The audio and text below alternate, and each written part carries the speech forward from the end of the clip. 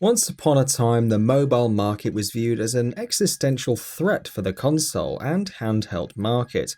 It was believed that mobile gaming would overtake everything. That very obviously did not happen, and mobile gaming itself became a glut of low-end, poorly designed games with exploitative monetization. Of course, there were great games on there too, but the larger trend was more the former than the latter. Of late, mobile gaming seems to be maturing and finding its voice as a legitimate form of gaming again, which EA argues is the reason that it made its reimagining of Command & Conquer a mobile game. If you remember, this led to a lot of outrage at E3 this year. We believe this is a modern contemporary interpretation of the Command & Conquer brand, but I think mobile's scale, not only across age but across gender, make this the natural platform for it. EA's Chief Design Officer Patrick Söderlund said to Games Industry, "We're going to come to a point where we need to respect mobile games as much as console games. I know that it's difficult to see when you come to E3, but our mobile business is growing quite significantly. And we look at those teams with the same value and the same integrity as we look at our console teams. And we believe this is the best interpretation we can do of the brand right now." He added to that last point, noting that mobile games are becoming more and more like console games, and a time will come when they need to be treated with the same kind of respect that a console game needs to be treated with. Game designs on mobile are starting to mimic more and more what we deem to be console-based, he said. The work Epic has done with Fortnite, I didn't think that would work, to be honest. I was super skeptical. Yet I see my daughters playing it on their mobile phones while I play on my PS4 or Xbox or PC. I think they've shown the world that's possible. You can replicate a high-definition game onto a mobile phone, and that works. The fact you can play against each other is also cool. The other trend we'll see is games on these devices used to be relatively shallow and simplistic, where it felt like they were free so everything was there so you could start paying money. I think we're seeing more sophisticated, deeper game designs. We're seeing more sophisticated and deeper fidelity, and I think we're going to see games that mimic what we see on the console side far more on these platforms long term, because they're powerful enough now. Of course, assuming mobile games become actual, well fleshed out and developed games, rather than ad-infested cash grabs that only try to wrangle as much money as possible from their players, that could and should happen. And I do think the mobile market is very slowly heading towards that too. However, it hasn't happened yet, and EA's past efforts on mobile, plus the state of the mobile market right now, are enough reasons to criticize their decision to make a brand as venerated as Command & Conquer a mobile game. After having become a permanent resident of the rumor mill, Starfield was finally confirmed by Bethesda at their recent E3 press conference. The catch?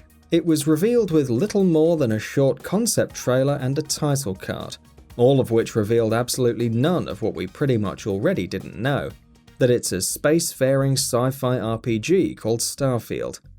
However, while current-gen systems have not been ruled out for Starfield, it's most likely scheduled for a next-gen launch, so we're going to have to wait a pretty long time before we hear more about the game.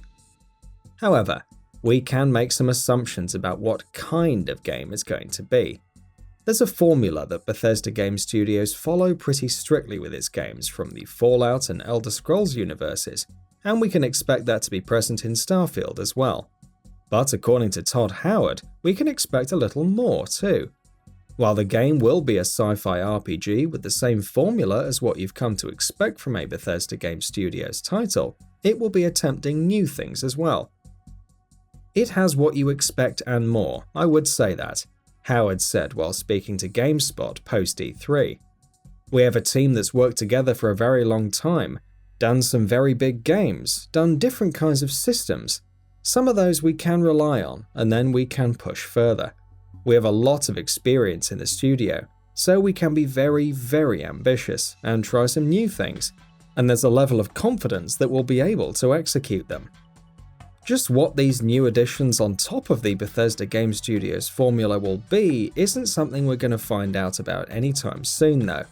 Starfield's a long way away, and though there is a chance that it could be a cross-generation game, it seems highly unlikely that that will indeed be the case. Stick with GamingBolt for more updates on the game. Fallout 76 has to be one of the most interesting games to have surfaced from this year's E3. While its ideas of mixing the single-player experience with that of a shared world shooter isn't one that's been met with unanimous praise, there's no doubting that Bethesda's take on the formula looks very interesting so far, especially in context of some of the more out-there stuff they're attempting. Bethesda's Pete Hines recently did an interview with YouTube channel fz.se, in which he spoke about a lot of stuff, including things such as the roles the developers want players to play in the game, what player interactions are going to be like, and how Bethesda plans to prevent harassment of players by others who are playing. When asked about what sort of in-game roles the studio is expecting to play in Fallout 76, Hines' response was pretty simple: all of them. "I am anticipating the whole spectrum," Hines said. How much of the whole spectrum remains to be seen, but the truth of the matter is, you want some people who are in there acting as raiders. That adds raiders to the game because people want to do that. You want people to be acting as traders. You want people who are building settlements. You want people who are nomadic and don't want to build settlements. You want the whole spectrum. That said, Hines also feels that the game needs to have the sort of balance so that all people are able to play whatever roles they want, but that they don't ruin other players' enjoyment while doing so. As per Hines, when players are adapting these roles, they're doing nothing more than what they're supposed to be doing in a Fallout universe, and the stuff that they're doing just acts as a replacement for stuff that NPCs in a Fallout game would be doing anyway. You also want it to be done in a way so that some people can't completely ruin other people's experience, Hines continued. I've had people ask me, like, what happens if I'm wandering through the world and I get jumped by 4 other players? Well, what happens in Fallout 4 when you're wandering through the world and you get jumped by 4 raiders, or 10, or whatever the number is? That stuff happens, Hines said. The fact that they're a real player doesn't change the fact that, yeah, it's a problem. It's a problem when it's 4 NPCs that we design the AI for, or 10, and it's a problem when it's 4 players, and you might get killed. Hines also understands, however, that there also needs to be a system in place that prevents harassment of players this way. This is where the revenge mechanic comes in, which is something we've reported on earlier as well. But it doesn't have to be the case where, well, but then they just non-stop keep harassing me, Hines said.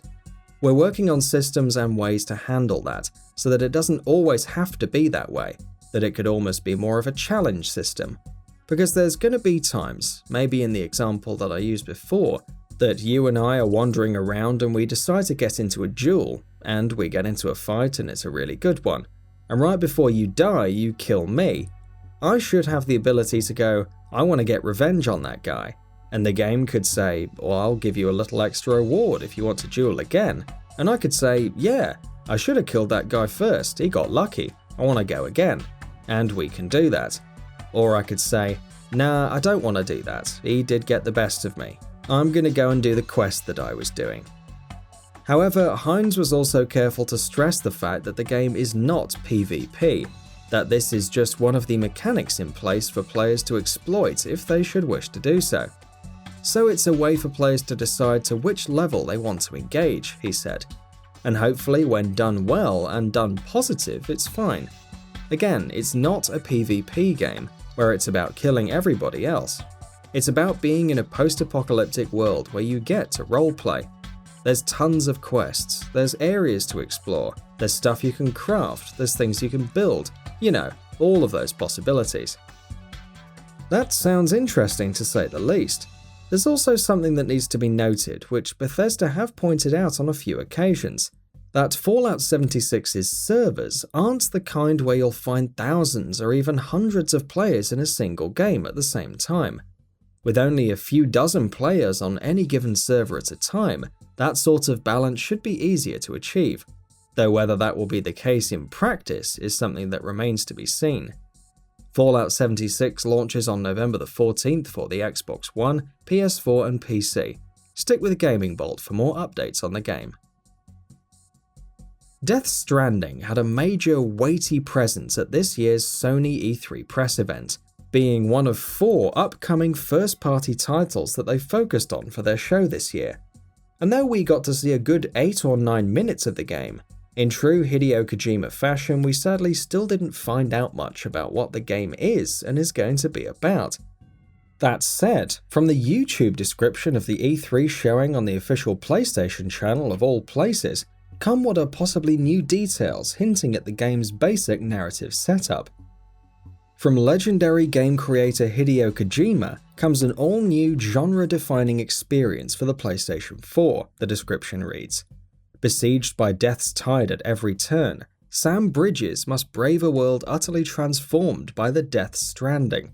Carrying the stranded remnants of the future in his hands, Sam embarks on a journey to reunite the shattered world one step at a time. What is the mystery of the Death Stranding? What will Sam discover on the road ahead? A genre-defining gameplay experience holds these answers and more. There's a couple of very interesting things in there.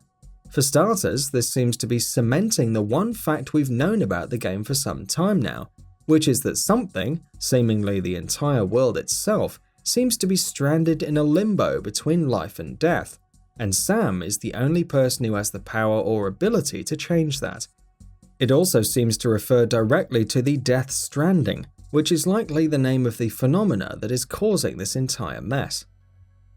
What's also interesting to note is that it calls the game a genre-defining experience on 2 occasions, setting a high bar for expectations indeed. Of course, all that still doesn't tell us much, but it should help us connect the dots, at least until such time Kojima decides to show his hand and we realise that everything we thought we knew about the game was completely false and it's something else entirely. We can't wait for that day.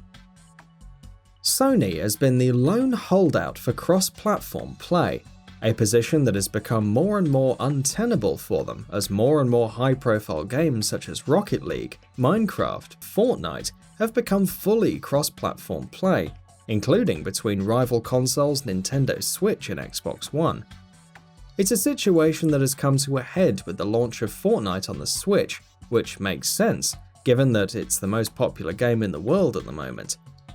Sony's response to the whole controversy has been flaccid and limp, first making a lame excuse about cross-platform play not being safe for children last year, and then completely sidestepping the issue with their response to the controversy this year.